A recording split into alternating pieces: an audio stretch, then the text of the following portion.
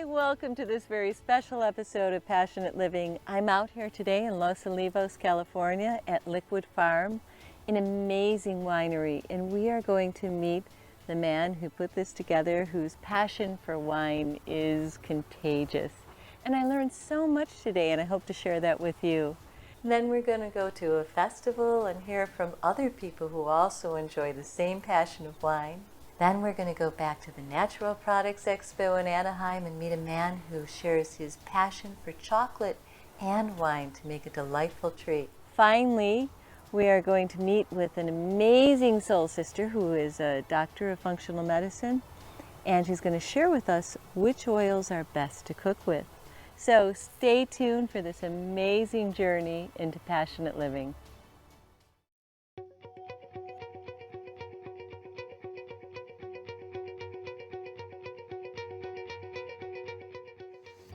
In this segment of today's show, I mean, like, who does not love a wine festival? You get to go around with your very special glass and go up to all the wineries and they give you their favorite wines to try. You're going to meet a lot of amazing people today who are living their passions and using them to impact their community around them in a positive way. And yes, good wine does impact an entire community in a positive way. So we hope you enjoy this segment.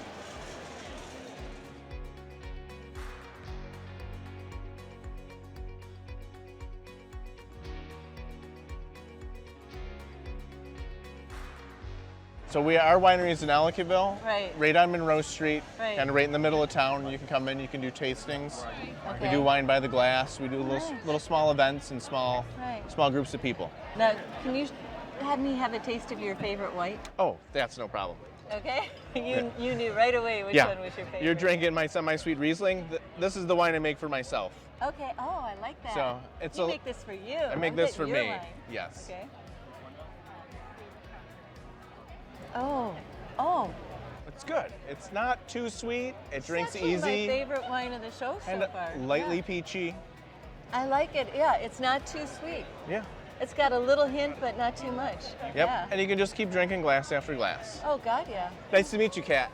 Nice to meet you so much. I can't wait. I love this. Perfect. Yeah.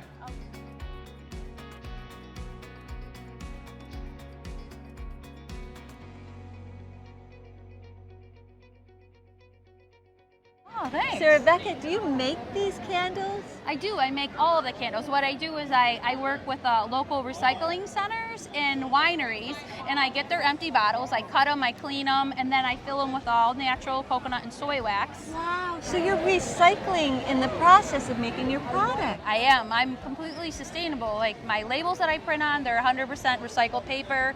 Each candle comes in a burlap bag, so you're not wasting or throwing anything. It's just like you keep reusing. When people come into my shop, I want to create a experience for them. So like my Chardonnay candle, it smells like how I feel someone should feel when they have a glass of wine. Calm and relaxed. Right. The scent is lavender vanilla.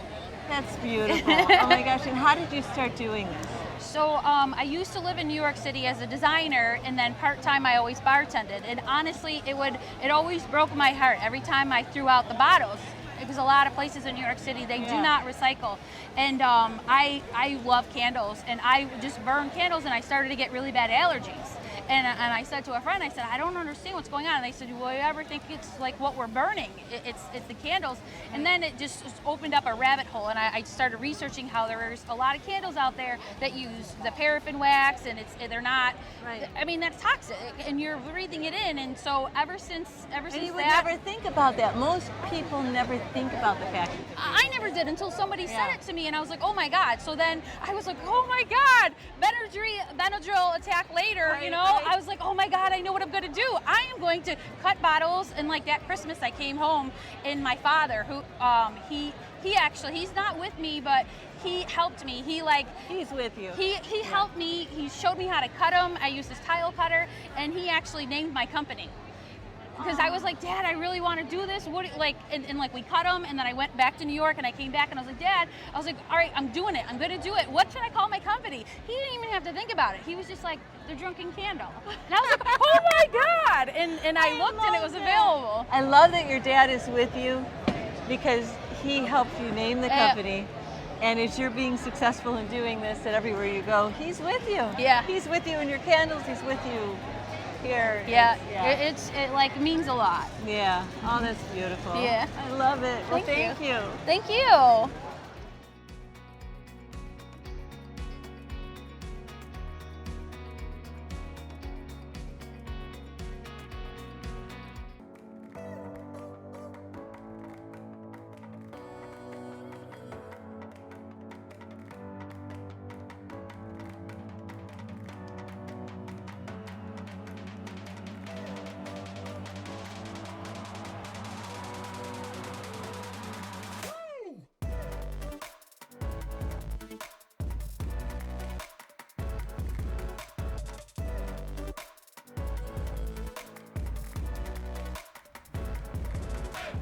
Los Olivos, California is located in Santa Barbara County, and with a population of just a couple thousand people and over 2,000 miles of land, I figured that gives people plenty of room to sprawl out with horse farms, wineries, and much more. Today we're going to be visiting a very special winery, Liquid Farm, and we're going to learn all about the amazing grapes that are grown in this region of the country and what makes them so special. Well, the good and the bad about this place is the bad is the frost.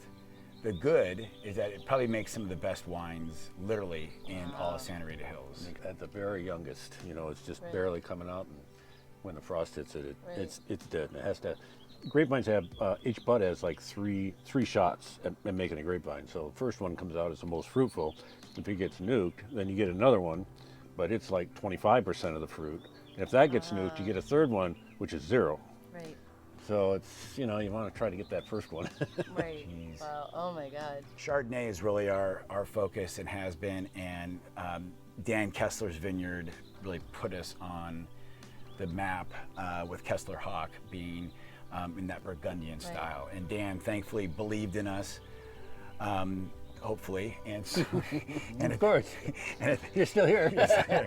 and believed in us, and so we were honored, and we will always be indebted to this vineyard and have nothing but amazing things to say about it. As new vineyards come online in this area, it's not the same. As we drove by, we saw a lot of flat vineyards. Again, these are very rolling hills, very difficult for Dan to work.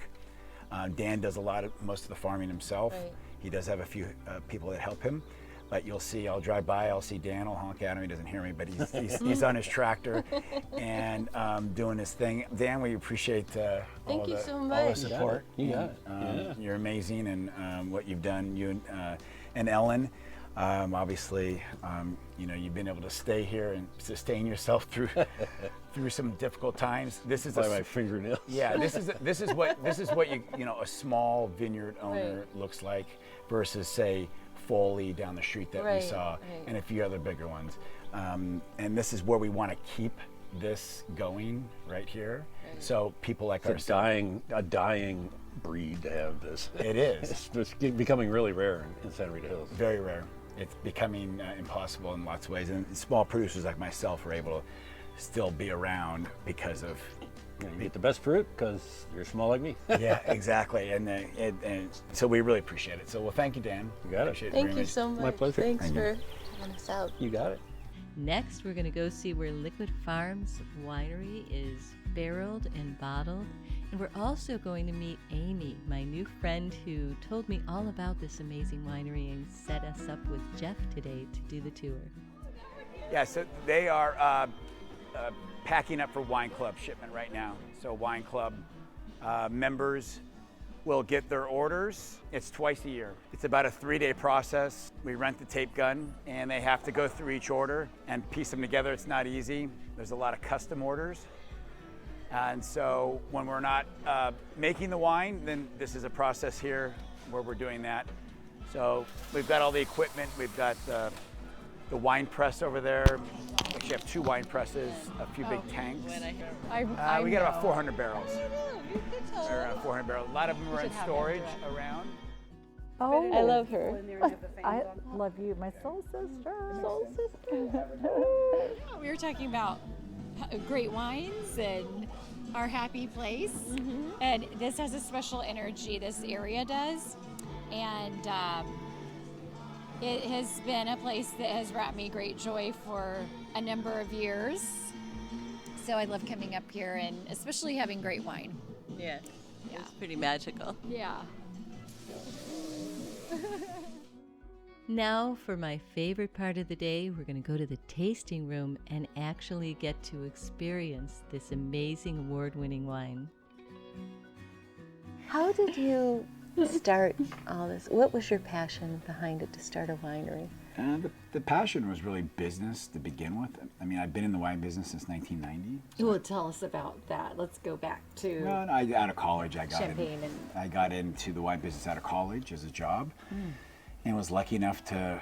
I worked for a distributor. Realized I didn't really want to be in the distributor world, selling a bunch of different wine brands. I wanted to work for a specific winery or a small group of wineries. Yeah.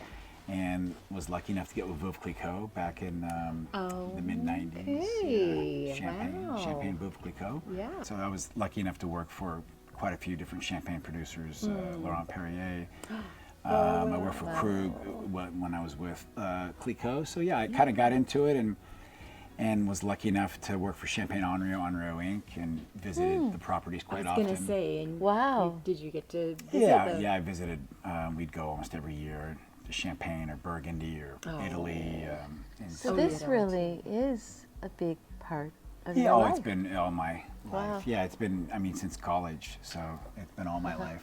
Cheers. Cheers. Nice meeting you, good seeing you. Thanks for saying friends. I like the shirt. Yes. How funny, right? I like it. Wine friends. Wine Oh. friends. Yeah. Oh, wow. Oh, I love this. I always get this one. Oh my gosh, this is delicious. Amazing. I'm telling you, like, best Chardonnay. Right here. I love this.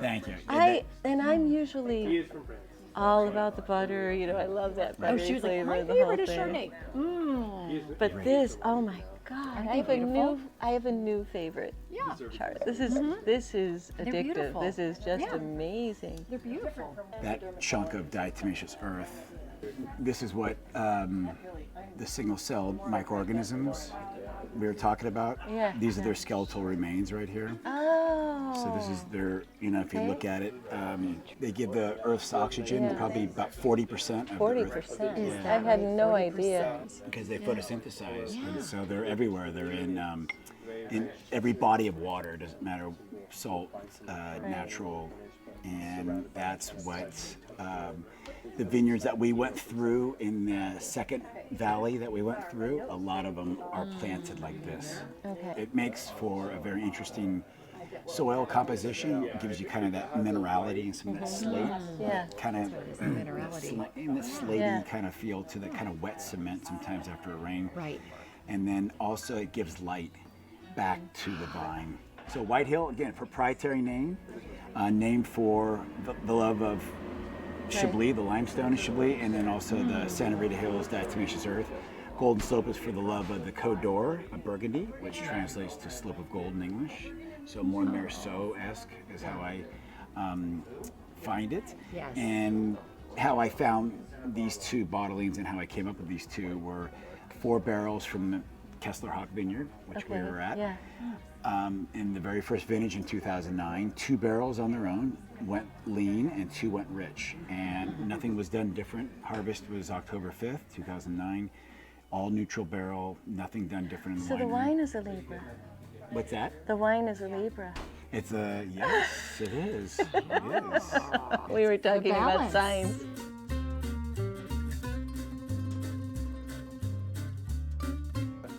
To smell, you kind of.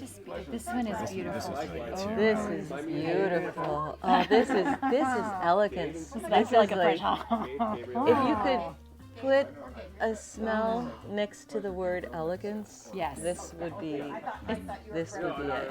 Oh my This God. is really beautiful. All right, Amy, see, look, I am now an ambassador of Liquid Farm. Bam. Gosh, look at this. All it takes is a little. Jeff got me all set up. He wardrobe saw change. me with my hat on today to cover my messy hair on the shoot, and he said, "Oh, And the Hello. tattoo. Got to show her the tattoo. Oh, the tattoo. Well, We're I'll show working you on that that. later. Okay. We're working on the tattoo. Working on that. There you go. Bam. So there you go. I love it.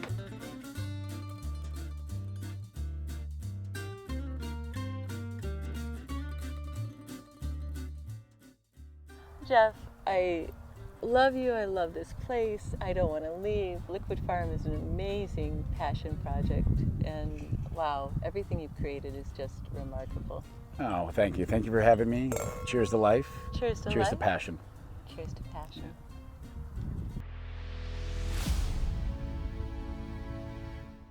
Used to say. All right, oils to Oh. cook with. Okay. A little moment of health Here we go. from my functional medicine. I don't know.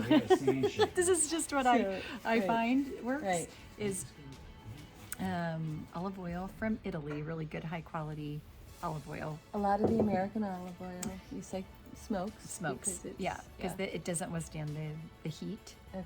from cooking the meat. So you could do grapeseed oil, you could do avocado oil, but again, remember what you're infusing the oil in the meat. So whatever food quality or flavor qualities you want in the meat, use that type of oil. No coconut oil because it's too No, not even on the skin. And I use coconut oil all the time when I get out of the shower. right, and I'm it's probably it's destroying my microbiome. the skin microbiome, and then internally your microbiome inside. So your gut microbiome is coconut oil is not good. And a friend of mine who is a microbiome specialist, is a medical microbiologist, discovered that coconut oil is really bad for you, and they put a lot of coconut oil in dog food. But and we they were noticed just told that coconut oil was good for us versus it's like like eggs. lectin and vegetable oil. yeah, it's and like all the eggs. saturated Eggs are fats. good. Eggs are bad. Oh. Butter's good. Butter's bad. Okay. Is butter So, good? Butter's good. I thought so. Yeah, Okay, butter's good. always been good. What Heavy about the artificial, the plant-based butter? margarine. Oh, well, again, it's not enough fat. So you're good. Real butter. Real butter. You got to stick with the real stuff. Okay. Yeah. Thank you. You're welcome. Tip of the day.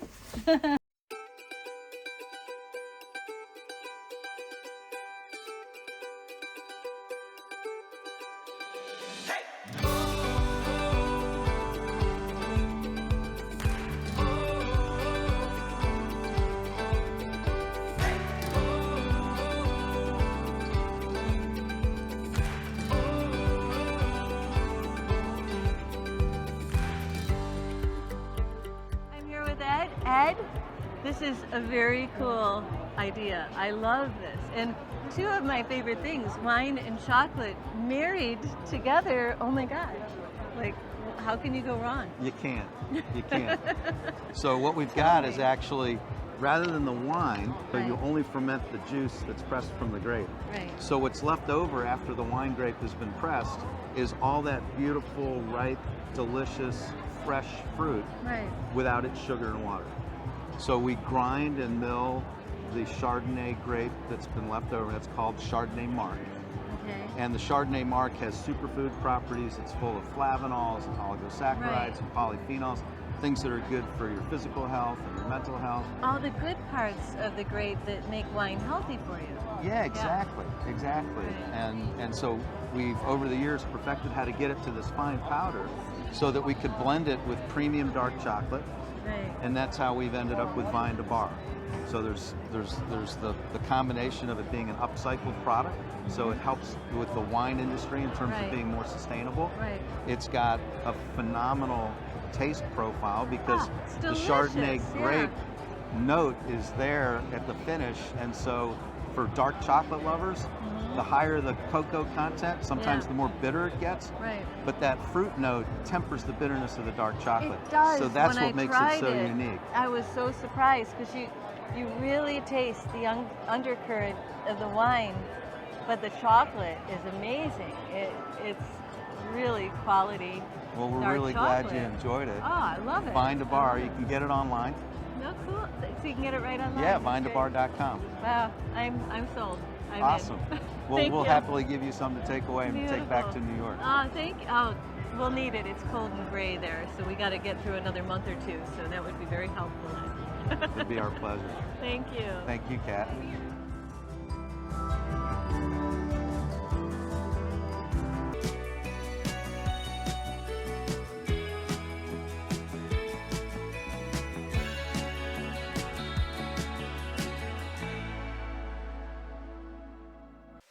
Hi, my name is Melissa. I am a psychiatric nurse practitioner, and I am here today with Passionate Living Mental Fitness Moment. Today we're going to talk about stress. Everyone is stressed out, especially now with COVID. Some things that we can do to decrease our stress level, or what I like to say is lower the temperature, is doing self-care, going for a walk, journaling, hanging out with friends, anything that can help lower the temperature and make you get through the day. Thank you so much for joining me with Passionate Living Mental Fitness Moment. See you next week.